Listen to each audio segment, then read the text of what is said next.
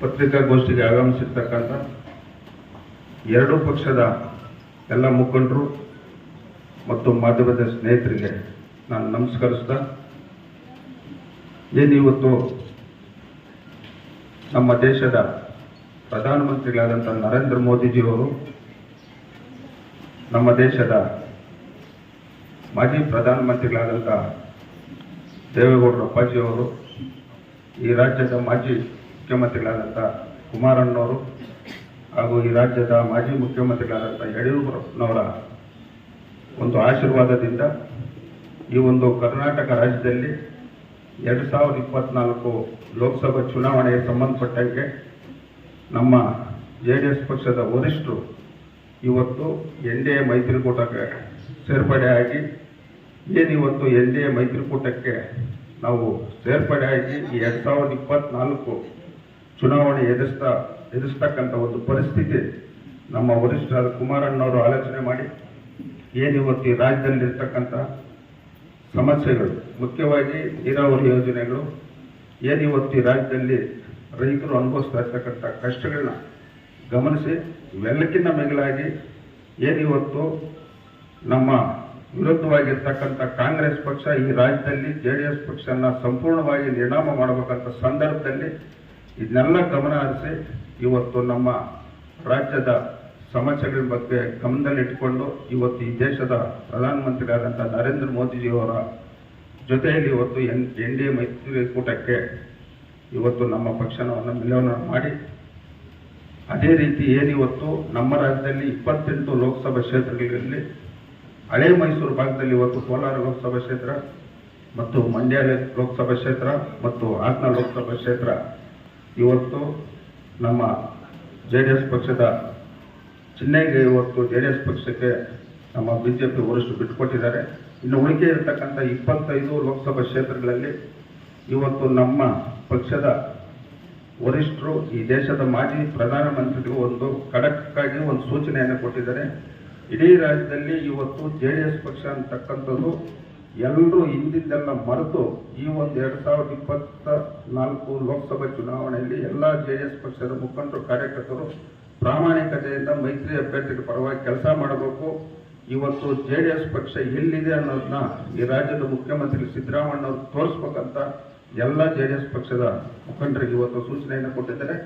ಅದರ ಒಂದು ಮುಂದುವರೆದ ಭಾಗ ಇವತ್ತು ನಮ್ಮ ಕೋಲಾರ ಲೋಕಸಭಾ ಕ್ಷೇತ್ರದ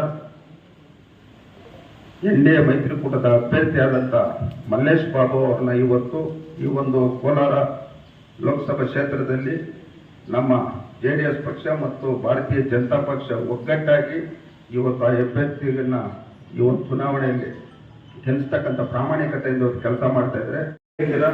ಮೈತ್ರಿ ಅಭ್ಯರ್ಥಿ ಕೆಲಸ ಮಾಡ್ತಾ ಇರ್ತಕ್ಕಂಥ ಕ್ಷೇತ್ರ ಯಾವುದಾದ್ರು ಇದ್ರೆ ನಾನು ಹೆಮ್ಮೆಯಿಂದ ಹೇಳಕ್ಕೆ ಇಷ್ಟಪಡ್ತಾ ಇದ್ದೀನಿ, ಅದು ಕೋಲಾರ ಲೋಕಸಭಾ ಕ್ಷೇತ್ರ ಅಂತ.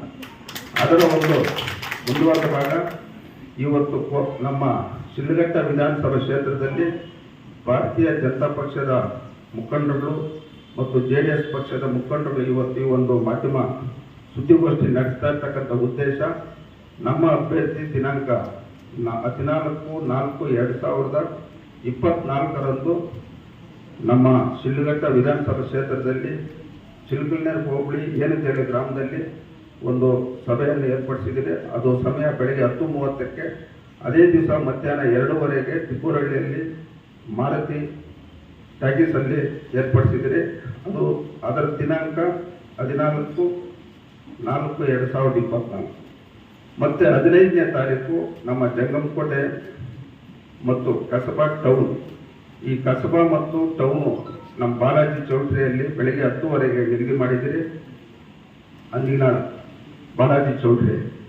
ಮತ್ತೆ ಅದೇ ದಿವಸ 2:15ಕ್ಕೆ ನಮ್ಮ H Cross ಸಿಂಚನ ಪ್ಯಾಲೇಸಲ್ಲಿ ಎರಡೂ ಪಕ್ಷದ ಮುಖಂಡರು, ಎರಡೂ ಪಕ್ಷದ ಕಾರ್ಯಕರ್ತರು, ಮತದಾರರು ಹೆಚ್ಚಿನ ಸಂಖ್ಯೆಯಲ್ಲಿ ನಮ್ಮ ಅಭ್ಯರ್ಥಿ ಮತ್ತು ನಮ್ಮ ಜಿಲ್ಲಾ ಮಟ್ಟದ ಎರಡೂ ಪಕ್ಷದ ಮುಖಂಡರು ಈ ಒಂದು ಸಭೆಗೆ ಆಗಮಿಸ್ತಾ ಇದ್ದಾರೆ.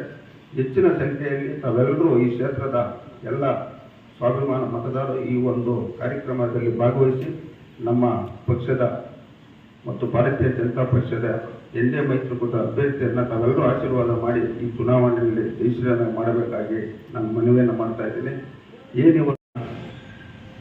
ಎಲ್ಲ ಜನರು ಪ್ರಪಂಚದಲ್ಲೇ ಎಲ್ಲರೂ ಒಟ್ಟಿಗೆ ಮತ್ತೊಮ್ಮೆ ಮೋದಿ ಅಂತ ಹೇಳ್ತಕ್ಕಂಥ ಸ್ಥಿತಿಯಲ್ಲಿ ಒಂದಷ್ಟು ಜನ ನಮ್ಮನ್ನ ಕೇಳ್ತಾ ಇದ್ರು. ಅದೇ ರೀತಿ ಪತ್ರಿಕಾ ಸ್ನೇಹಿತರು ಕೂಡ ಕೇಳಿದ್ರು ನಮ್ಮನ್ನ, ಯಾವ ಮಾನದಂಡದಲ್ಲಿ ಮತ್ತೊಮ್ಮೆ ಮೋದಿ ಅಂತ ಕೇಳ್ತಾ ಇದ್ದೀರಾ ನೀವು, ಯಾಕೆ ಮತ್ತೆ ಮತ್ತೆ ಕೇಳ್ತೀರಾ? ಸುದೀರ್ಘವಾಗಿ ಮತ್ತೆ ಮತ್ತೆ ಅದೇ ಪ್ರಶ್ನೆ ನಮ್ಮನ್ನು ಕೇಳ್ತಾ ಇದ್ದಾರೆ. ಈ ಒಂದು ಪತ್ರಿಕಾಗೋಷ್ಠಿ ಏನು ಇವತ್ತು ಹಮ್ಮಿಕೊಂಡಿದೆ, ಒಂದು ವಿಷಯ ತಿಳಿಸ್ಬೇಕು ತಮ್ಮ ಮುಖಾಂತರ. ಏನು ಸತತವಾಗಿ 10 ವರ್ಷದಲ್ಲಿ ಮೋದಿಜಿಯವರು ಗ್ಯಾರಂಟಿ ಅಂತ ಮಾತೇನು ಯಾವತ್ತೂ ಬಳಸಿಲ್ಲ. ಏನು 10 ವರ್ಷದಲ್ಲಿ ಕೊಟ್ಟಿರ್ತಕ್ಕಂಥ ಕಾರ್ಯಕ್ರಮಗಳು ನಮ್ಮ ಹತ್ರ ಸುಮಾರು ನೋಡಿ ಬುಕ್ ಬೇಕು ಹೇಳ್ಬೇಕಂತ ಹೇಳಿದ್ರೆ ಇದರಲ್ಲಿ ಯಾವುದು ಗ್ಯಾರಂಟಿ ಹೇಳಿಲ್ಲ. ಇದೆಲ್ಲ ಒಂದು ಪ್ರಣಾಳಿಕೆ ಕೊಟ್ಟಿರ್ತಕ್ಕಂಥ ಸಂದರ್ಭದಲ್ಲಿ ಏನ್ ಕೊಟ್ಟಿದ್ರು ಅದು ಒಂದು ತಪ್ಪದಂಗೆ ಎಲ್ಲ ಕೆಲಸ ಮಾಡಿದ್ದಾರೆ. ಹಗಲಿರುಳು ದುಡಿತಾ ಇದ್ದಾರೆ. ತಮಗೆಲ್ಲ ಗೊತ್ತಿದೆ, ಫ್ಯಾಮಿಲಿ ಪೊಲಿಟಿಕ್ಸ್ ಪಕ್ಕಕ್ಕೆ ಇಟ್ಬಿಟ್ಟು ಫ್ಯಾಮಿಲಿ ಪೊಲಿಟಿಕ್ಸ್ ಇಂಡಿಯಾದಲ್ಲಿ ಏನಿದೆ ಕಾಂಗ್ರೆಸ್ ಮುಕ್ತ ಮಾಡಬೇಕು ಅಂತ ಪಣ ತೊಟ್ಟು 400 ಸೀಟ್ ಏನಿತ್ತು ಕಾಂಗ್ರೆಸ್ ಅಲ್ಲಿ ಇವತ್ತು 40 ಸೀಟ್ ಬಂದಿದೆ. ದೇಶದಲ್ಲಿ ಎಲ್ಲರಿಗೂ ಗೊತ್ತಾಗಿದೆ. ಮೊನ್ನೆ ಚುನಾವಣೆಯಲ್ಲಿ ಏನು ಕರ್ನಾಟಕದಲ್ಲಿ ಮಕ್ಮಲ್ ಟೋಪಿ ಹಾಕೋದು ಹೆಂಗೆ ಅಂತ ತೀರ್ಮಾನ ಮಾಡಿ ತಂಡಗಳ ರಚನೆ ಮಾಡಿ ಮಾನ್ಯ ಡಿ ಕೆ ಶಿವಕುಮಾರ್ ಅವರು, ಮಾನ್ಯ ಮುಖ್ಯಮಂತ್ರಿಗಳ ಸಿದ್ದರಾಮಯ್ಯವರು ಟೋಪಿ ಹೆಂಗ ಹಾಕೋದು ಒಂದು ಜನರಿಗೆ ಅಂತ ಸತತವಾಗಿ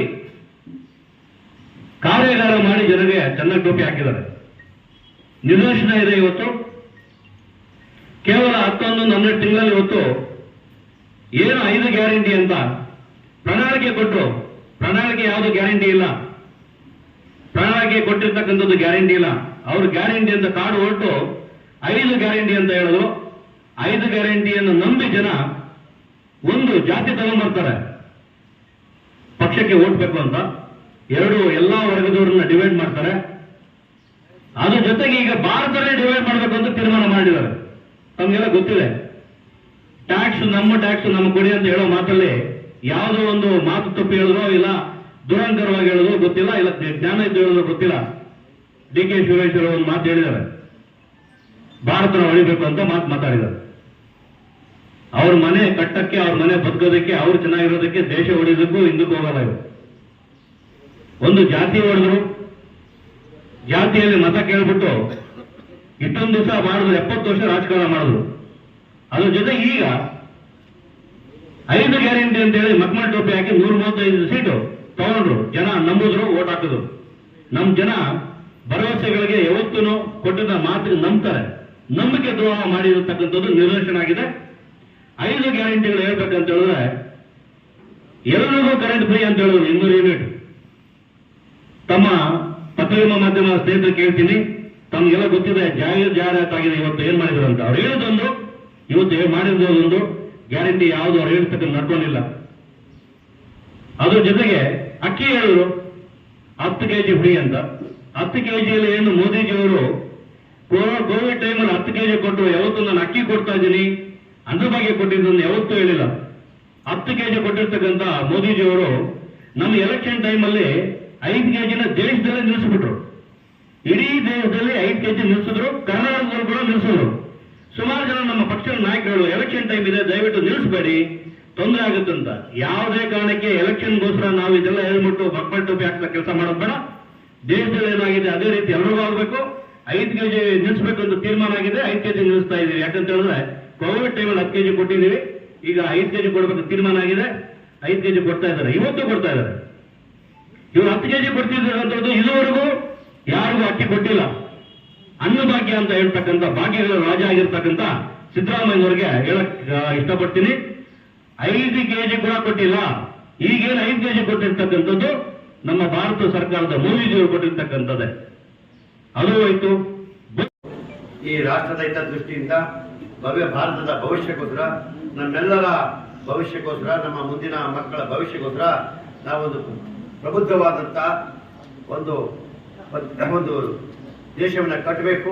ಈ ರಾಜ್ಯದಲ್ಲಿ ಶಾಂತಿ, ನೆಮ್ಮದಿ ಮತ್ತು ರಾಷ್ಟ್ರದಲ್ಲಿ ಭಯೋತ್ಪಾದನೆ ಇರ್ಬೋದು ಅಥವಾ ಬೇರೆ ಥರ ಏನು ರಾಷ್ಟ್ರ ವಿರೋಧಿ ಚಟುವಟಿಕೆಗಳನ್ನ ನಿರ್ನಾಮ ಮಾಡಬೇಕಿರೋ ದೃಷ್ಟಿಯಿಂದ ಇವರೆಲ್ಲರೂ ಕೂಡ ಒಂದು ತೀರ್ಮಾನ ತಗೊಂಡು ಇವತ್ತು ನಮ್ಮ ಕರ್ನಾಟಕ ರಾಜ್ಯದಲ್ಲಿ ಭಾರತೀಯ ಜನತಾ ಪಕ್ಷ ಮತ್ತು ಜಾತ್ಯತೀತ ಜನತಾ ಪಕ್ಷದ ಮೈತ್ರಿಕೂಟ ನಾವೆಲ್ಲ ಮಾಡಿಕೊಂಡು ಇವತ್ತೇನು ನರೇಂದ್ರ ಮೋದಿ ಅವರು ಈ ರಾಷ್ಟ್ರಕ್ಕೆ ಕೊಟ್ಟಂತಹ 10 ವರ್ಷಗಳ ಯೋಜನೆಗಳನ್ನು ಮತ್ತೆ ದೇವೇಗೌಡರು ಅವರ ಸುದೀರ್ಘವಾದ ರಾಜಕಾರಣದಲ್ಲಿ ಮತ್ತು ಕುಮಾರಸ್ವಾಮಿ ಅವರವರ ಒಂದು ಮುಖ್ಯಮಂತ್ರಿ ಆದ ಕಾಲದಲ್ಲಿ ಮತ್ತು ಯಡಿಯೂರಪ್ಪನವರು ಮುಖ್ಯಮಂತ್ರಿ ಆದ ಕಾಲದಲ್ಲಿ ಎಲ್ಲ ಯೋಜನೆಗಳನ್ನ ಜನಪರವಾದ ರೈತಾಪಿ ವರ್ಗದ ಪರವಾಗಿ ಬಡವರ ಪರವಾಗಿ ಅಲ್ಪಸಂಖ್ಯಾತ ಪರವಾಗಿ ಎಲ್ಲ ಯೋಜನೆಗಳನ್ನು ಕೊಟ್ಟಿದ್ದಾರೆ. ಆ ಯೋಜನೆಗಳನ್ನ ಇವತ್ತು ನಾವು ರೈತರ ಮುಂದೆ ಮತದಾರರ ಮುಂದೆ ತಗೊಂಡೋಗಿ ಇವತ್ತೆಲ್ಲರೂ ಕೂಡ ನಾವು ಸಾಮೂಹಿಕವಾಗಿ ಚುನಾವಣೆ ಮಾಡಿ ನಮ್ಮ ಕೋಲಾರ ಲೋಕಸಭಾ ಕ್ಷೇತ್ರದ ಮೈತ್ರಿ ಅಭ್ಯರ್ಥಿಯಾದಂತಹ ಮಲ್ಲೇಶ್ ಬಾಬು ಅವರನ್ನ ಗೆಲ್ಲಿಸಬೇಕು. ಆ ನಿಟ್ಟಿನಲ್ಲಿ ನಾವೆಲ್ಲರೂ ಕೂಡ ಪ್ರಾಮಾಣಿಕವಾಗಿ ಕೆಲಸ ಮಾಡಿ ಜನರ ಅವರವರ ಗ್ರಾಮ ಪಂಚಾಯತಿಯಲ್ಲಿ ಅವರವರ ಬೂತ್ ಮಟ್ಟದಂತ ಕೆಲಸ ಮಾಡಿ ಈ ಯೋಜನೆಗಳನ್ನ ಏನು ನಮ್ಮ ನರೇಂದ್ರ ಮೋದಿಯವರು ಮತ್ತು ಜಾತ್ಯತೀತ ಜನತಾ ದಳ ಮತ್ತು ಭಾರತೀಯ ಜನತಾ ಪಕ್ಷದ ಯೋಜನೆಗಳನ್ನ ಮತದಾರರಿಗೆ ತಿಳಿಸಿ ಆ ಒಂದು ಮತವನ್ನು ಪರಿವರ್ತನೆ ಮಾಡಿ ಇವತ್ತು ಇಡೀ ರಾಷ್ಟ್ರದಲ್ಲಿ ಇವತ್ತು ಏನಾದ್ರೆ ಮತ್ತೊಮ್ಮೆ ನರೇಂದ್ರ ಮೋದಿ ಮತ್ತೊಮ್ಮೆ ಮೋದಿ ಅಂತ ಹೇಳಿ ಇಡೀ ರಾಷ್ಟ್ರದ ಜನತೆ ಇವತ್ತು ಕೂಗಾಗ್ತಾ ಇದ್ದಾರೆ. ಯುವಕರು ಇರ್ಬೋದು, ಸ್ತ್ರೀಯರು ಇರ್ಬೋದು, ಅಥವಾ ಕಾರ್ಮಿಕರು ಇರ್ಬೋದು, ಅಥವಾ ರೈತಾಪಿ ವರ್ಗದವರು ಇರ್ಬೋದು, ಇವೆಲ್ಲ ಯೋಜನೆಗಳನ್ನ ನಾವೆಲ್ಲ ತಿಳಿಸಿ ಇವತ್ತು ನಾವು ನಾಳೆ 26ನೇ ತಾರೀಕು ನಡೆಯುವಂತಹ ಲೋಕಸಭಾ ಚುನಾವಣೆಯಲ್ಲಿ ನಮ್ಮ ಕೋಲಾರ ಲೋಕಸಭಾ ಕ್ಷೇತ್ರ ಅಭ್ಯರ್ಥಿ ಗೆಲ್ಲಿಸಬೇಕು. ಅದೇ ರೀತಿ ನಾವೆಲ್ಲ ಕೂಡ ಇಡೀ ನಮ್ಮ ರಾಜ್ಯದ 28 ಲೋಕಸಭಾ ಕ್ಷೇತ್ರಗಳಲ್ಲೂ ಕೂಡ NDA ಅಭ್ಯರ್ಥಿಗಳು ಗೆಲ್ಲಬೇಕು ಅಂತೇಳಿ ನಾವೆಲ್ಲ ಕೂಡ ಪ್ರಾಮಾಣಿಕವಾಗಿ ನಮ್ಮ ಸ್ನೇಹಿತರಿಗೆ ನಮ್ಮೆಲ್ಲ ಸಂಬಂಧಿಗಳಿಗೆ ಎಲ್ಲರೂ ಹೇಳಿ ಭಾರತೀಯ ಜನತಾ ಪಕ್ಷ ಮತ್ತು ಜಾತ್ಯತೀತ ಜನತಾ ಪಕ್ಷದ ಮುಖಂಡರನ್ನು ನಾವು ಮನವೊಲಿಸಿ ಅದ್ರ ಜೊತೆ ವಿಶೇಷವಾಗಿ ಇವತ್ತು ಬಹಳಷ್ಟು